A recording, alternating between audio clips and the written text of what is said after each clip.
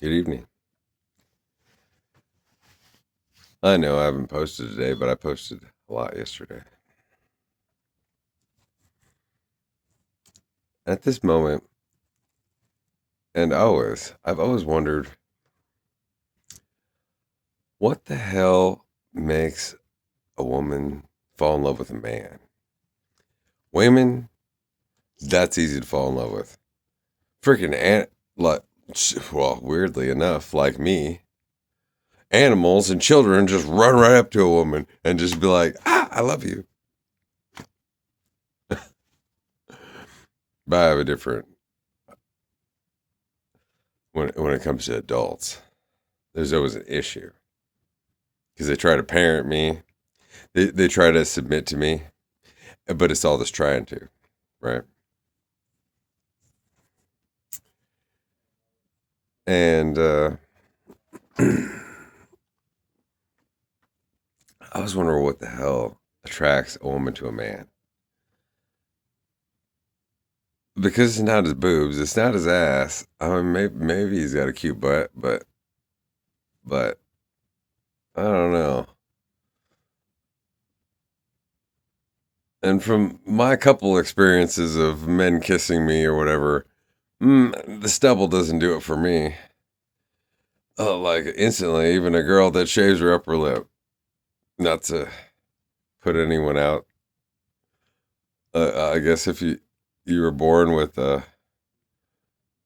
lip hair as a woman, you should wax it. Because I've kissed a girl that I really liked, and even though she was overweight or whatever, I liked her until the moment I kissed her, and then instantly it was like I was kissing a boy, and instantly I was turned off, and then I hurt her feelings, and goddamn, that shit always sucks. Like women are so dainty and pretty and jiggly and smell good and it doesn't matter. They can make a weird face, ugly face. It doesn't really matter. A woman's always attractive. I don't know what the hell is attractive about a man being one when apparently I have the soul of a woman. Oh, on that note, I decided for the next month, I kind of liked it when um, during when I was in the bus period when I don't have a beard trimmer. I do have one. I bought a brand new one. Okay, here's a side story. I bought a beard trimmer because I was gonna grow my beard out. I got a brand new one, and then I used it a couple times, but then I shaved my beard. And the next time I come up and I got my beard, then the fucking charger's gone. I can't charge it. I'm like, what the are you kidding me? I get this brand new. It looks like it just came out of the package, and it's useless. And well, I guess I'm a little ADD anyway. And so then, whenever I look in the mirror, I just look for any hair that's out of place and I trim it every time I go to the bathroom. But especially, well, if I'm a little hype, then I could stand there for an hour, just trim my beard. But for the next month, like I've had this inclination, I want to shave it off. But for the next month, I'm just going to take my biotin, which that's how you grow your hair faster, thicker, stronger. Um, and it's real cheap. Walmart, it's like $5 or whatever. I wouldn't get the super high potency ones though, because the super high potency that's like 66,666,666%. So the problem with that is it also makes your skin grow faster. So you'll end up with calluses on your hands, and you'll have to exfoliate a lot more, and your feet, And so I wouldn't get one that strong. Not unless you're a cancer patient. If you're a cancer patient, that's probably the one you need. I would get like one of the medium versions. But after a couple days of taking it, it also makes your nails grow faster. If you have a habit of biting your nails or you have weak and thin nails, I would get biotin. That's my doctor's recommendation. As not a doctor, but I know it from actual fact of who I am and my own experience. So for the next month, I'm going to do everything I fucking can possibly do. Right now, it looks like it's crooked in the middle. It's been driving me nuts. But I only see it on camera. That's just weird. Got a couple hairs out of here. I don't know. And grow my mustache out so that it's long. And like what started in the bus, where I finally got it so that it could lay out. But you know, the weird thing about facial hair is in one spot or one side it grows one way, but then another it grows a different way. Like I have some over here, they want to grow straight out. And then over here, then I have a spot where it doesn't want to grow at all. But over here, it's thick, but it wants to grow out. You know, who the hell designed us as human beings? When, oh yeah, you got two equal sides, but they're not equal. Well, then who was talking to who in the embryo? Like, what the hell caused that malfunction?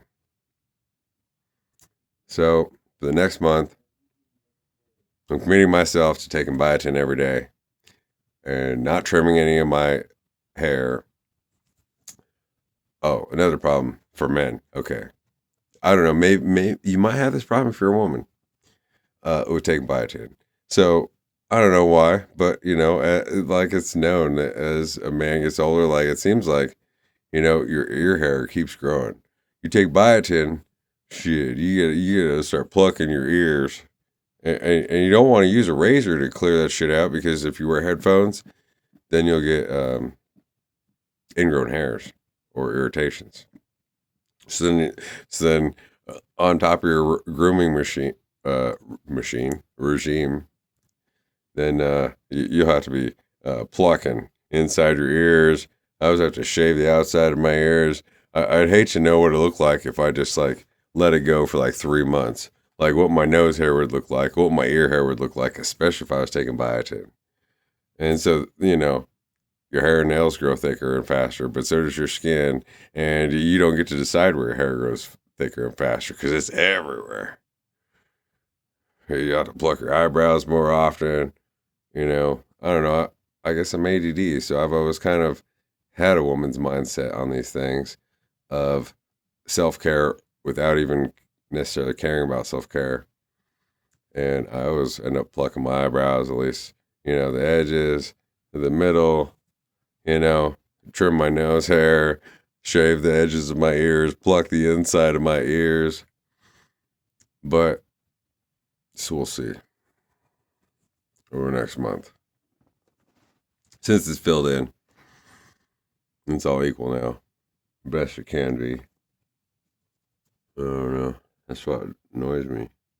In this spot, it fills in, but it annoys me because it grows different. So what the hell is it that a woman really... I mean, but see, every woman's different. And it really comes down to the woman that you end up with. But not just end up with the woman of your dreams. But then, you know, you could have things about you that she really doesn't like, but you have that one thing. And it could be the thing you don't even think about. Just the way you walk, or just the way you talk, or just how your voice sounds. That just automatically just like is like her perfume in the air that could attract 1,000 men. That's that one thing that puts all those things to sleep. And she's like, I don't care. He's mine.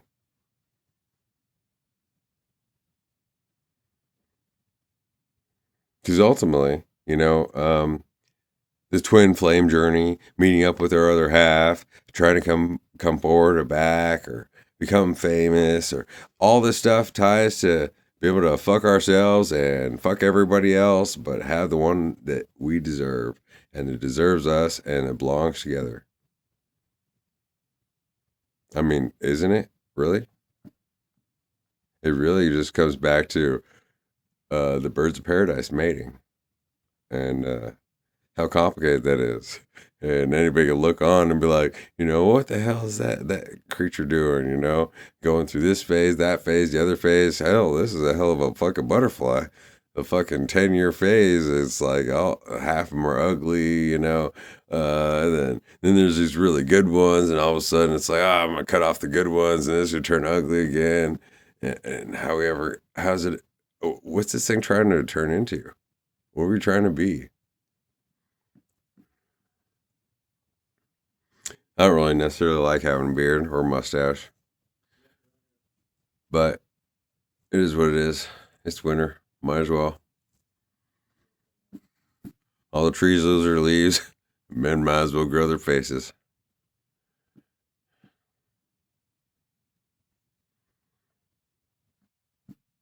Because for me, somehow, my life is all about knowledge.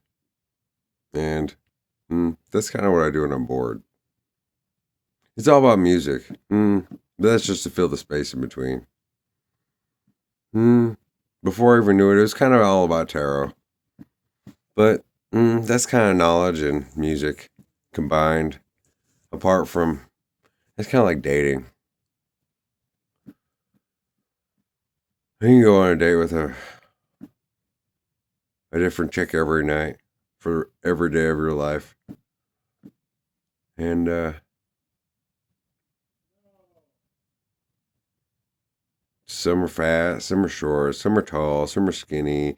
This one has a mole on her face right here that bothers everybody else, but that was the last thing that you cared about.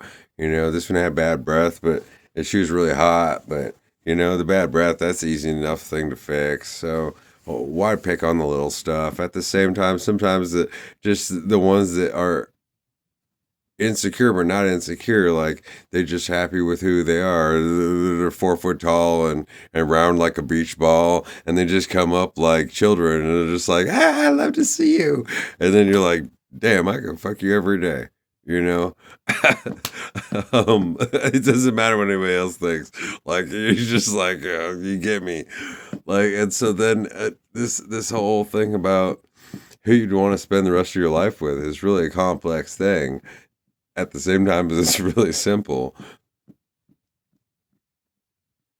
Especially when it comes down to spirituality. If you're getting that deep, fuck, what's going to the same church? The same church is when our sex organs are meeting up. Like, I don't know. I mean, the rest of it is the church. And we're in church in the bedroom, right? Take me to church. And at the same time, it's all romance in between, even on the bad days, where she's not feeling so hot, for whatever reason, or he's not feeling so hot, or he got an injury at work, and then that's where the real romance happens, is when it's not working out as much, if not more, than when it's like, oh right, I made you exactly your favorite dinner, your roses on the table, and I'm all dressed up all like you like, and everything's going all smooth, and I know enough about you, or I didn't even know anything about you, but I ended up accidentally fulfilling your fantasy. Okay, so we're at a dead end. You want to get in the sack or not? Okay, what about tomorrow? I don't know. Fuck tomorrow. We'll figure it out when we get there. Even though we won't be able to figure it out when we get there. Unless, like, we live in the same house and we're tied to all those bills and kids and shit. Then, well, it's just gonna... But then where's the romance gonna keep going? At the same time, it's really easy to romance in that situation, because sometimes it gets too hectic. And then it's just like you turn around, or the kids aren't home, you sneak up on her when she's doing the dishes, and her hands are wet, and you unbutton her pants, and you sneak up behind her, and you just take it. And she can continue doing the dishes all she wants to, and then you can just pull her pants back up and zip her pants back up tight. And then the kids run in and say, Mom and Dad. And she's like, And you're like, yeah, kids. And you just turn around and you're like, hey, it's good to see you. You want to go play in the next room? Here, I'll crawl around on the floor with you. You want to play hot cars? And then it just makes everyone's day out of nothing. even though everything's stressful. There's too much bills. We can't pay. We can't pay the mortgage. We might lose the house next month. But in that moment, everything's fucking perfect. Fuck everybody, and they can suck a dick if they don't like it, and they can't find a dick to suck. They can blow one.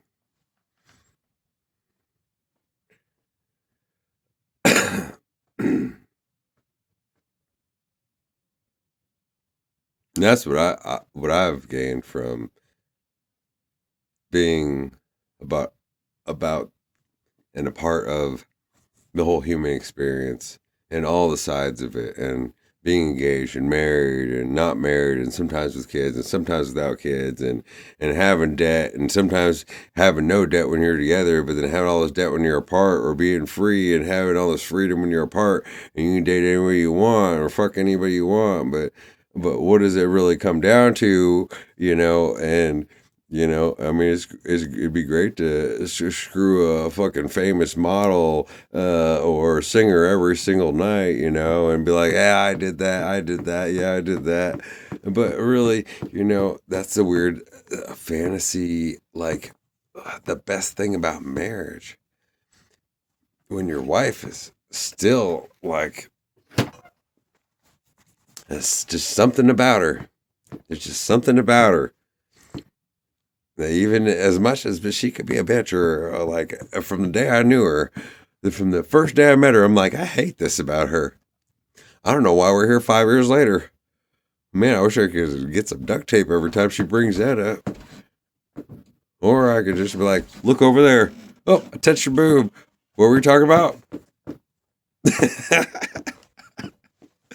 and she's, I forgot. Good. Hey, let's do this. Let's go for a walk. Let's do whatever. And being able to balance each other out in our imbalances is really where the romance is at. And the hardest thing as a male that there is, considering, well, that little thing comes up no matter daytime or nighttime as a baby or otherwise, it is that men take the longest to develop, because it takes all this life experience. But if you got to commit to everything like you have a gun to your head your entire life, then how do you fucking live long enough, or like have the experience of having kids without having kids? How do you have the experience of being married without being married? But then everyone wants it fresh, and then just falls right in like it slipped on a bar of, that ain't soap. Oh shit. 5 years in, there goes 5 years of my life, and the next 15 years I'm paying child support, and fighting over my kids, and I'll be stressed out every day at work, and she's gonna jerk me around. And yeah, what's up? Do you know where my... And so, well, I was interrupted, but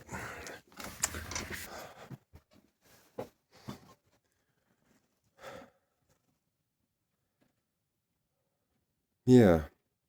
And one thing I noticed about my parents' marriage, in each of her marriages, of how she says it's about love.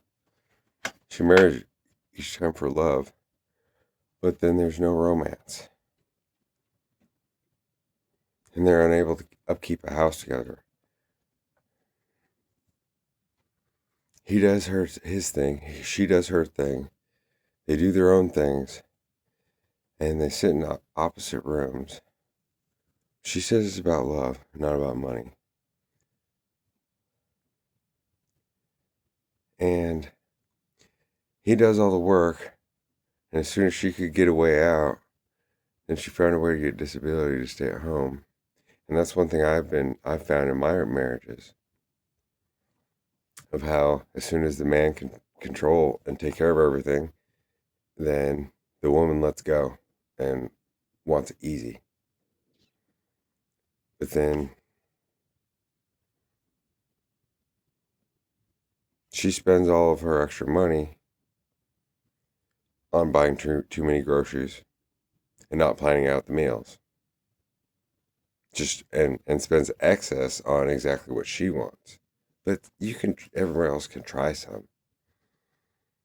But then, like, for instance, she'll get something and be like, don't eat that. That's for me. So I won't eat it. And then 2 weeks later, it's in the fridge, rotting when I wanted it.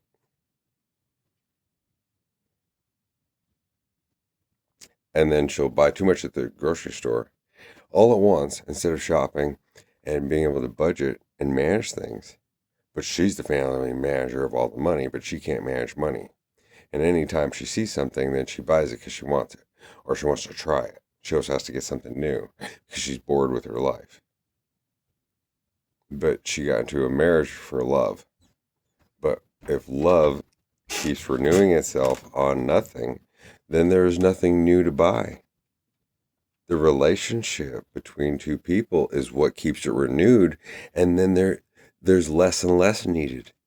Then whatever you do together. That's what my folks have taught me that I already knew, but have really solidified that. They don't cook together. They don't work on house projects together. They don't make purchases together. He says, whatever. She'll do whatever she wants. And he does his own thing. And he has to hold his own money and his own everything on the side. And she's taken care of by the government. And whoever dies first, it doesn't matter. It'll take care of itself. But that's love. How is that love? And I don't care about Christmas. I've been taught not to give a shit about Christmas. Ironically. And she didn't even knock before she came in. So she doesn't know boundaries. But she's the baby. But she's the boss. But she's the baby. But she's the boss. But she's the man. But she says it like tells me I don't know how to treat women. But she doesn't know how to treat a man or a son or a woman or a daughter because the daughter is her slave that she calls to come cash the checks. And one son is the bastard. That's me. And I was the first one that she wanted somebody from God to come love her unconditionally, that she left out in the cold. And then the other brother is the one that she'll do anything for. And they're just like two peas in a pod at the same time as they don't really relate. But she'll suck up to him, but his friends especially. And try to be their mom, and try to be cool, and whatever, and just throw money at them. But if I ask for anything, that's the hardest fucking thing I could ever get out of her. Because I'm the fucking man, I'm the fucking mom, I'm the fucking son, I'm the fucking family, and that's the one thing that can't be held down in the fucking family is order, love, and like it's supposed to be. Since the day she was born. And she holds it all against her mom. Jay can drink as much as he wants. If I have a drink, I'm an alcoholic and I don't know what I'm talking about. She can complain about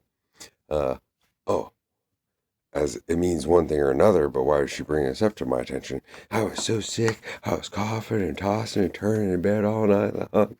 Jay and my stepdad didn't even fucking budge. Oh, but I come in and I whisper to her. She's like, shh, shh, shh. He's gonna wake up. He's gonna wake up. Why would he wake up for me but not wake up for you? I thought your relationship was about love.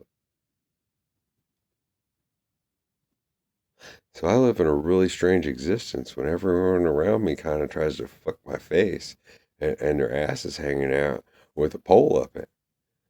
And I got to bring that shit to an attention, but it doesn't serve me at all. While I should be in charge of the entire family's money and the family duties and giving them to everyone. As the nurse and the one that got the business degrees, my mother can't work with money and can't nurse anyone. She knows she needs exercise. That's the last thing she's going to do. She knows she needs to consult her husband about the dogs. She's going to go behind his back and go and use my sister to bring dogs in the house and not even honor the old dogs, and then make everyone suffer with it. But then spends $100 a month on training pads so that they can pee on the floor. But she won't train them. But she wanted them just to have them, so that there could be something to be in the way of there being a family. So that a family is not allowed to be together and to organize together and to communicate together, because that is, whatever it means, the narcissist, the karmic connection of being on the pole. Oh, but the K, yeah, bent above and below. I'm the boss, but I'm not going to I'm going to make sure that everything in front of me is fucked up. And I'm going to make sure that I look fucked up, and everybody's going to have to obey me, even though it's all fucked up. I wouldn't take anything to alter my mind, but I have to take 40 medications a day that the doctor gives me, and it's going to drain the family's funds. But I have the nursing degree, but I'm not going to take care of myself, and I'm not going to take care of anybody else either. And if anybody doesn't like it, you can get the fuck out. You can eat a dick, because I'm your mom, bitch. So I'm grateful to have a place to live. As I set up her room where during the time I was starving to death, she accumulated fucking $10,000 to $15,000 worth of stuff. She got like electronic microscope, got 2 laptops, got a couple Kindles, got every kind of resin and stitch thing and all this, but all she wants to do is play on her phone and then go out and be like, color by the numbers. And saying, well, we could use it to make some money. Well, if you quit spending the money, then we'd have the money. There won't be anything for Christmas. But then she just got a new Dremel set, or like engraver. I said, it's the exact same ones you already have. No, it's different. No, it's the exact same one. It's exactly the same. She doesn't know what she has. And then still ordering stuff for herself that she's never going to use, that we're going to have to sell when she dies, or that a couple of us will be able to take into ourselves to work on hobbies if we want to with our families and our kids in order to make our families work. But in this house, nothing works right. No matter how much money spent, dinner's made every day. That's the only thing that's guaranteed. There's internet. Everybody, because she needs it, and there's food because she needs it. So whatever mom needs, then everybody will have that. But then, everybody's got a vehicle but me. And Glenn's got a couple, 3. Jay's got a couple. I mean, I think he got rid of the other one finally. Then he just spent like a couple $100 on some subs for it, but he's still young. But most people go through that phase when they're in their teens. But he's almost 30 now. So then by living with my mom, he's set back by over 10 years of his life. And I'm 10,000 times ahead of everyone's boss and their moms and their dads at the same time, is stuck in the middle of all this shit. Just looking for my partner. So I can still fucking step away.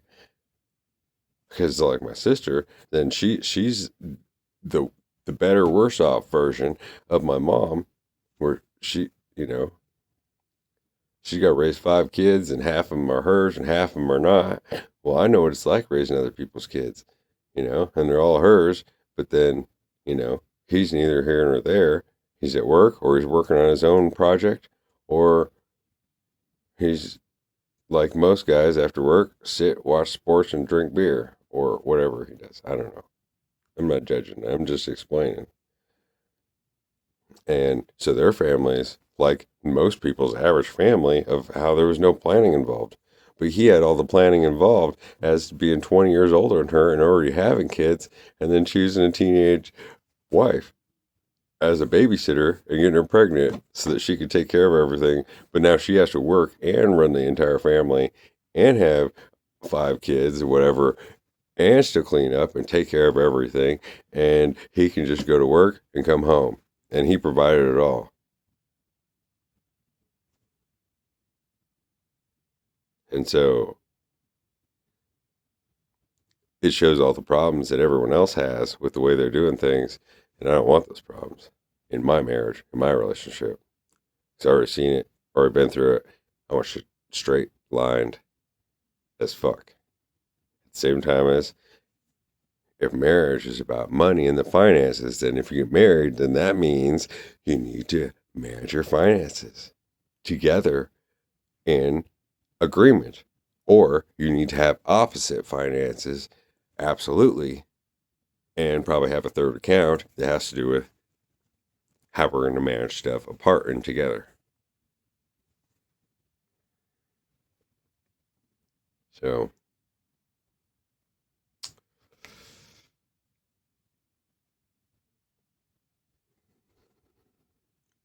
guess that's what I got to say tonight.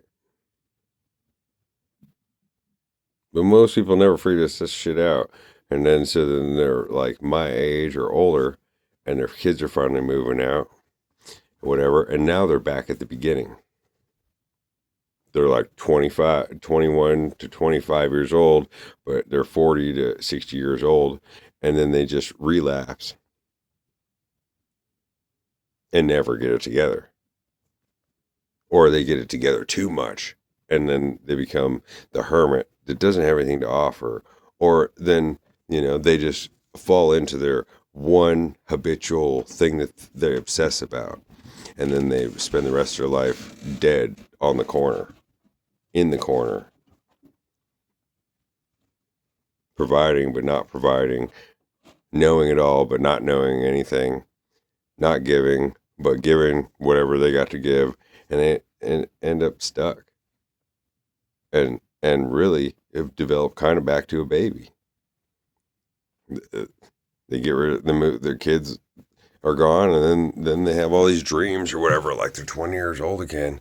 But they're not going to live like they're 20 years old.